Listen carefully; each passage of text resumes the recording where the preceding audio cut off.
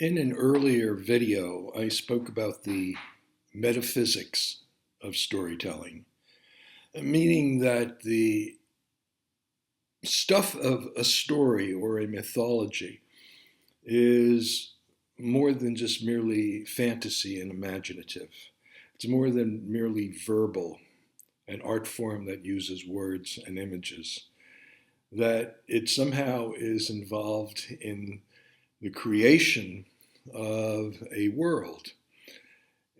creation of a world of the imagination that has a substance to it that is applicable to all of life. In other words, what happens in a story has a validity in everyday living, not because the moral is transferred from the story to everyday life, but because in the story, the same rules, the same structure, the same ontology and metaphysics exists as it does in everyday life. So it's a much more serious project than most people consider literature, which tends to focus, especially in our time, on subjective feelings and on voices that are in many ways critical of the possibility of knowing things as they really are. This is all called postmodernism, very much alive and thriving in the early 21st century. We'll talk about that some other time. But to go back to the structure of stories, I suggested that there were three particular forms of stories that fit into this understanding of story as a metaphysical reality. One was journeys, illustrated in the most recent lecture on Joseph Campbell, The Hero's Journey. And I also tied in Axel Ulrich's research on folklore, which in so many ways paralleled the work that Joseph Campbell did. Today, I want to look certainly at the next category, which is that of conflict. And I'd like to look at it in terms of the contributions of a particular person, a scholar named Claude Lévi-Strauss, and also look at it in terms of a comparison, how it compares to working with, let's say, the journeying motif. So I've got to choose a story or a mythology being more than a story, but a whole set of stories, coherent with each other, creating a world. And I'm going to use Tolkien's Lord of the Rings. Most people know that. And if you have not read the book, you may have seen the movies. And both are really good portrayals of Tolkien's vision in his storytelling. So let's go to Claude Lévi-Strauss. Frenchman, Jewish background, fled when the Nazis occupied his country.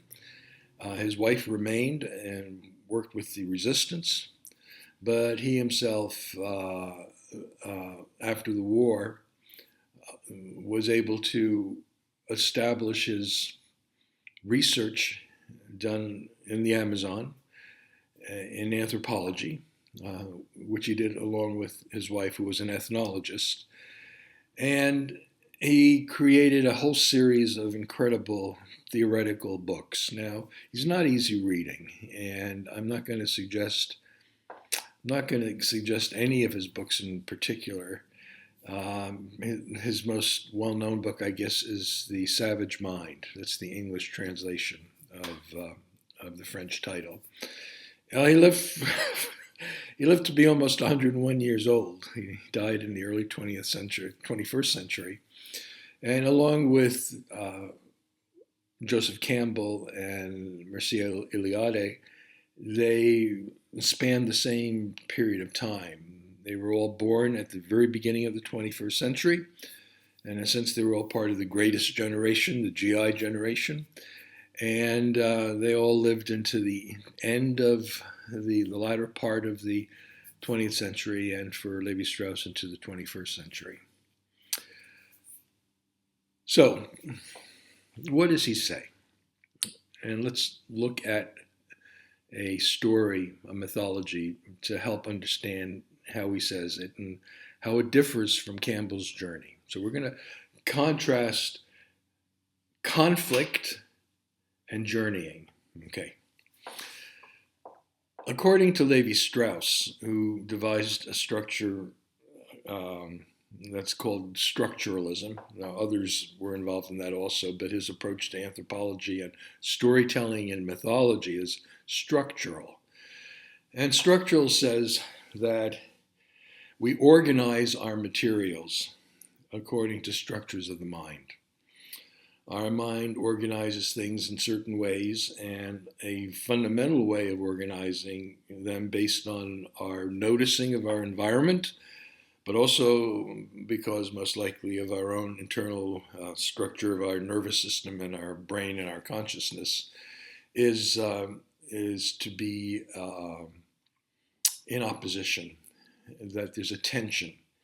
There's a tension, there's a bipolar dimension to reality. And as I mentioned before, you could take it on so many levels. One of his books was titled The Raw and the Cooked. He was looking at anthropological materials about how cultures organize themselves, and we can use that in our own time. The food taboos, the food understandings, what we understand about cuisine and eating and health, also has this very important category of the raw and the cooked. And depending on what health person you're listening to, you might want to follow one or the other or avoid one or the other, just as we do so many food taboos. But light and dark, death and life, heaven and earth, on, binary. Everything is binary. But we can't live in that world. If everything is separated, we can't live in that world, because then the other reality, we embrace one reality or we identify with one reality, the other is foreign, the other is in opposition, and the other may not even be recognized as being valid. So it's a binary consciousness. You have a kind of a unitary consciousness, which only affirms one whole set of beliefs, and et cetera, et cetera. We'll look at that later on too. That's very much a political issue in our time. But we're not going there. We're staying with storytelling here. So how do you resolve it? And you resolve it by synthesizing the two. So the whole process of synthesis that the German philosophers of the 19th century were so involved with, thesis, antithesis, synthesis. Opposing binary realities synthesized into a unity. However, the unity usually doesn't stay stable. You know, it's like a reaction on the level of the atomic level of elements. All kinds of things happen, but they happen so quickly and can be so unstable that it's not settled. And so Levi Strauss says that this is the process of any culture, and that is to take the binary forces and to synthesize them, create a temporary synthesis, and in time, of course, that will result in a new binary opposition. The synthesis will, in a sense, generate its own opposite, its own binary mirror, and then we have a new synthesis coming out of that. Idealistic philosophy loves this. You know, this is all, and it looks very dynamic. If it's dynamic, it must be right. Yeah, it's not static; it's dynamic. So let's look at myths. And in his collection of myths, he's constantly looking at the way that this happens. How does this happen? How does this happen? And it's in everything. It's in the subject matter of the myths, how the myths are told, and it's the worldview that is generated from that. So I think I need some illustrations for this. So the illustration that I will use now is the illustration from Lord of the Rings by Tolkien. And I don't have to retell the story or even give you the gist of the story. You probably know it. You should know it. It's an important 20th century piece of storytelling, fantasy literature. Yes, not folklore, but drawn on folklore. It's a great story. So the story begins, and here again, the story is a continuation of an earlier story that Tolkien wrote for his children, and that is The Hobbit. And The Hobbit was simply a children's story. It was meant to entertain and delight his four children. He was gifted at many things, making up words, making up languages, taking all kinds of motifs from traditional folk tales and literature and turning them into very interesting and fascinating stories. He did that when he was a professor at Oxford and in the 1920s. And it was a success. It was a rather stunning success. And the publisher noted that it was adults who were reading the book. It wasn't just children. Adults were reading it to read to their children, but they were enjoying it. So the publisher says, look, Ronald, I think that was his formal name, J.R.R. Tolkien. Look, Ronnie, you got to do a sequel. But we don't want it as a children's book. We want an adult sequel. And so he had the advantage or the disadvantage of having already a quarter of a century of being engaged in storytelling all the way from his youth, from his childhood. And he had done a lot of research at Oxford on languages and on mythologies and on historical traditions. He did a very important translation of Beowulf and made his fame by commenting on how people had been misunderstanding this old Anglo-Saxon poem. But now he was on to something new. So he begins writing it as Europe is going into the Second World War. He begins to write it the very year that my mother came from Czechoslovakia to the United States, under the shadow of a coming catastrophe. My mother only thought she would be here for a couple of years, work as a maid, as a servant for wealthy people in New York City, and then she would go back to her life in Molotski, her town, get married, and et cetera, et cetera. I wouldn't be around if that happened. But this was the time that this was unfolding. And Tolkien will actually take about 10 years to write the book. It'll come out a number of years later, in the mid-1950s, I think 1954 and 1955, as 3 volumes. And The Lord of the Rings will come out of his own experience. Remember that he was on the battle lines in the First World War, the Battle of the Somme in Belgium, incredible carnage. He lost some of his best friends. He himself was disabled and didn't stay in the trenches till the end of the war.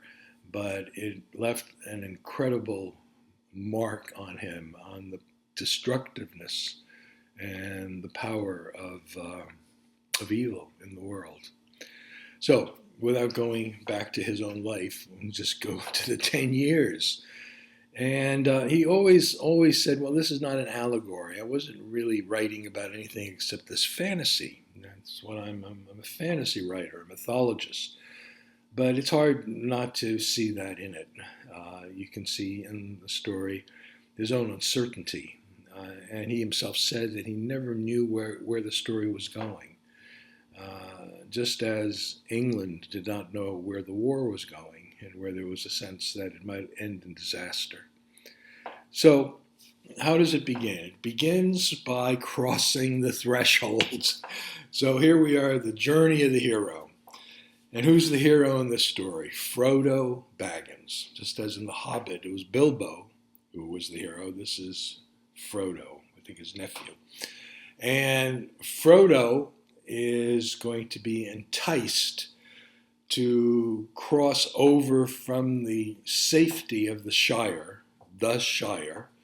And of course, English counties are called shires. So this is the idyllic world that Tolkien valued, a rural countryside away from the transformation of England by the Industrial Revolution. It was a simpler time, and it was a more whole time. It was something good and safe and comfortable. And that, of course, is the characteristics of hobbits. They love comfort. If there's anything that they love to be in their little buildings half underground with their round windows and round doors, and they love to eat, and they love to talk, and they love to smoke their pipes, and they love to, well, it's like sort of British pub culture, I guess, in some way, especially in Tolkien's days. But there's the crossing of the threshold. Frodo does not want to cross the threshold, but he is given charge by Gandalf, the wizard, and he must do that. And it's a long, drawn-out threshold, because even as he gets to the edge of the threshold, the place he's not really too familiar with, is already signs that there's trouble, that the peace of the Shire already, something's happening, it's invading the Shire. So he's got to go beyond the Shire. He doesn't know this yet, but he's got to go beyond the Shire in order to save the Shire. The hero, Joseph Campbell's hero, has to go from the everyday world that he or she is in and cross a threshold and begin a dangerous, dangerous journey in order to achieve something so that they can hopefully return back home with something accomplished and something affirmed and something good happening.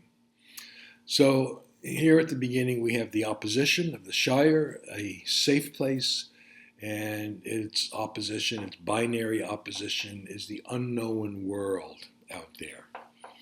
And we have the opposition, it appears in many, many different ways, of different characters and different landscapes, filling out this journey of Frodo Baggins. So think of the Fellowship. We know at one point there's a fellowship that is created, and the Fellowship contains 4 hobbits, not only Frodo, but his very close friend Samwise and his 2 cousins, Pippin and Merry, and a couple of humans and an elf and a dwarf.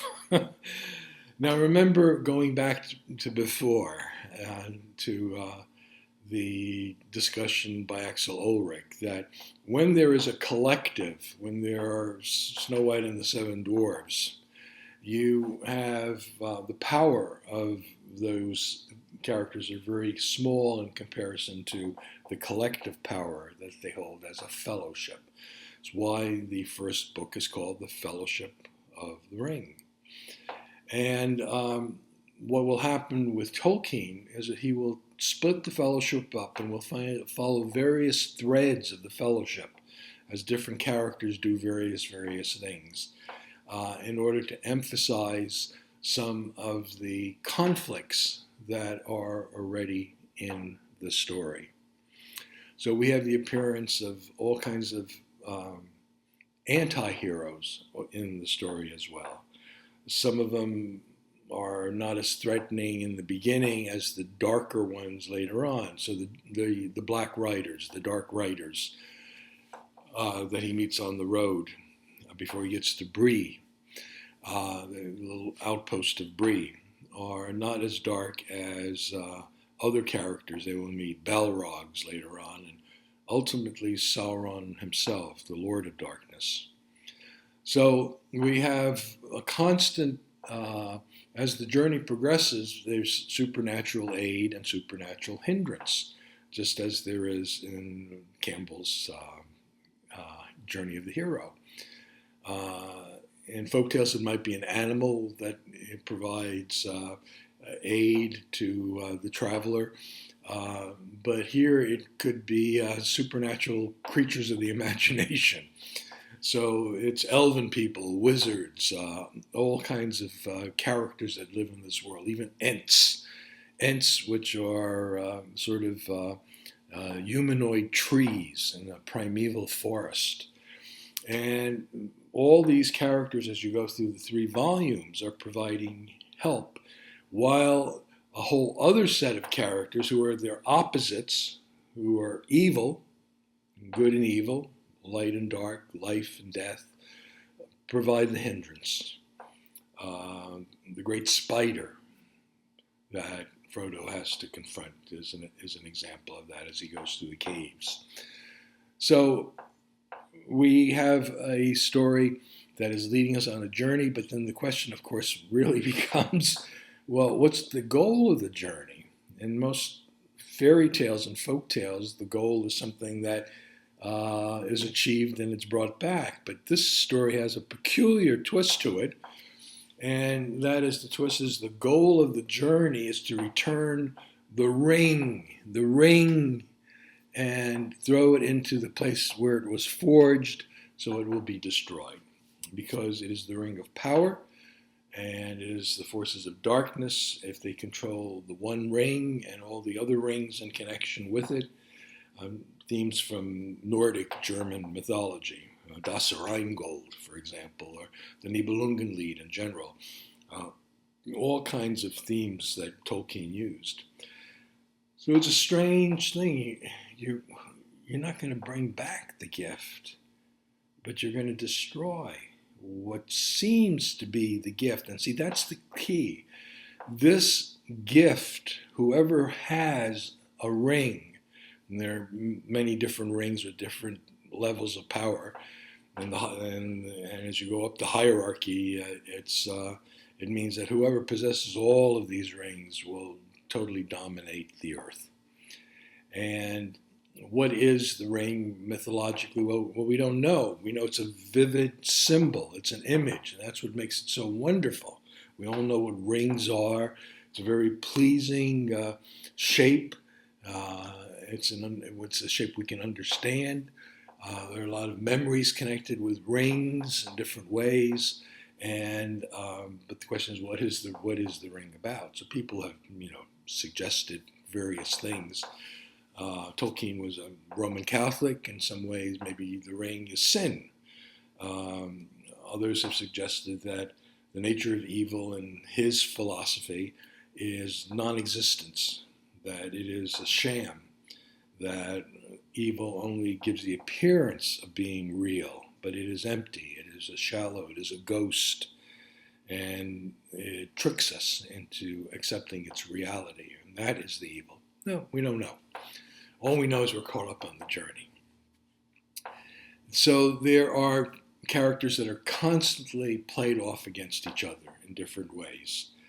We not only have the very wicked Sauron, we have his double in Saruman, who's a wizard of a lower quality, but who, thinking he is going to defeat Sauron, the evil one, simply becomes his partner. He's controlled by Sauron. You can't compromise with evil. Now, I think that this evolved in the whole question of the Second World War. You can't compromise with evil. The political treaties that were made, Chamberlain's selling out of Czechoslovakia to Adolf Hitler, the Ribbentrop-Molotov peace pact between Russia and Germans, between the communists and the Nazis, all attempts in different ways to manipulate what you consider to be some other greater evil out there, and in the end, whatever it is, you're caught up in it, and you're part of the game. You're part of the evil. We'll see this at the end of the story of the Lord of the Rings. So the landscape is also there. There are places of healing as well as places of terror. There are characters who highlight our mortality, because the elven folk have the gift of immortality until they choose to leave this world and go to the other world. And we're always shifting back and forth between this and that, good judgments, bad judgments, forks in the road. Do I go left? Do I go right? A good judgment, a bad judgment. Evaluating other characters in the story. Can I trust this person or not? If I make a mistake, I'm in big trouble. And all the characters in the story do this in different ways. So we know in the story that the dramatic turning point is that, and here we have the law of the least that Axel Ulrich speaks about. Campbell will probably might identify this as Jack in a Jack story. The hobbits are the simplest of people in some ways. They're small, they're insignificant, they live in a little corner of the world, they're one of many species of beings. And if you're going to succeed in this great quest, it's going to be the law of the least. It will only succeed not because Boromir, the great warrior, or Aragorn, or Gandalf, the great leaders of the Fellowship in different ways, will succeed, but because the least of the characters, a hobbit, Frodo Baggins, will succeed or not succeed. And then you have another doubling, because opposite of Frodo is Gollum. And Gollum is a hobbit who has been deformed by his experiences, his greed, and many, many other things, part of a longer story. And at Mount Doom, at the pinnacle of the story, literally, at the volcanic Mount Doom as they're at the top, Frodo makes the decision to use the ring. If you put the ring on, you become invisible. And he has resisted this power until then, but in the end, he cannot resist. And so, in a sense, you get supernatural aid that will come in and help him resist, because otherwise the story would have been a failure. The quest would have been a failure.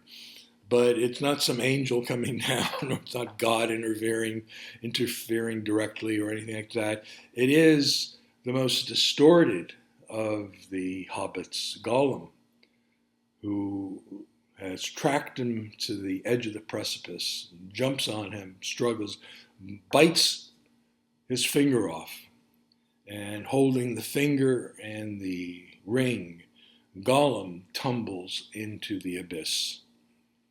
Dante's hell, the abyss. And with that, the power of evil is broken. So we come to the end of the story. Many things happen. This is fought on many levels. Tolkien is very keen to say there are sociological levels. The various armies fight each other, the orcs on the one side and the humans on the other side. And there's also a personal struggle with individual characters and what they're going to do in the story. So it's multi-layered. The myth is multi-layered. But I want to end this with a closing. And the closing is, in the end, Frodo and his companions return to the Shire. And in the Shire, they have discovered that Saruman, the wizard who was in cahoots with Lord Sauron, the evil one, has managed, through one of his henchmen, to reorganize the Shire and to turn it into a version of a little hell. So the idyllic nature of that community, as it existed at the beginning, the Garden of Eden aspect of the community, is now fallen. And it is as hellish as any other place, sociologically, as any other place in industrial Britain in the 19th century. And they have to cleanse the Shire. They have to make a decision. They have to, on their small scale, little guys, these are little men and little women. They have to make a decision to confront the petty, petty, petty evil that so frequently takes hold in small communities and small institutions. And we always look at the big evil that's out there, but forget that it's the petty stuff that exists in thousands of places that corrodes our culture. And they have to confront it and defeat it, and they do. And the Shire is cleansed, and even though they have passed over the threshold to come back into the ordinary world, their world, the Shire, the work that was done on the deeper level in the mythic place has to be reenacted and applied in daily life. This is a great, great lesson. So anyone who sits at a storytelling, Levi-Strauss might be there with the Indians in the Amazon, and stories are told about the struggle of this and that, good and evil, dark, light, and all the different polarities, the conflict in the world. And at the end of the storytelling, there is an opening for the listeners to go back into their lives and to do something about that conflict that exists in their world. Not as clearly, not as vividly, perhaps not even as disastrously as in the myth, but it's there. So you can take any story. You can take Lord of the Rings as an example. I'll do this with other stories later on. And you can do it as the journey of the hero from beginning to end. And you can take the same story and you can do it as the story of conflict and resolution. Next video will be about chaos and creation. It's not quite the same as conflict and resolution, but it's this idea of recreating our worlds again and again. A great metaphysical and ontological task in the imagination, the mind's eye of the storyteller. I'm Bob Wilhelm. I'm a storyteller. See you next time.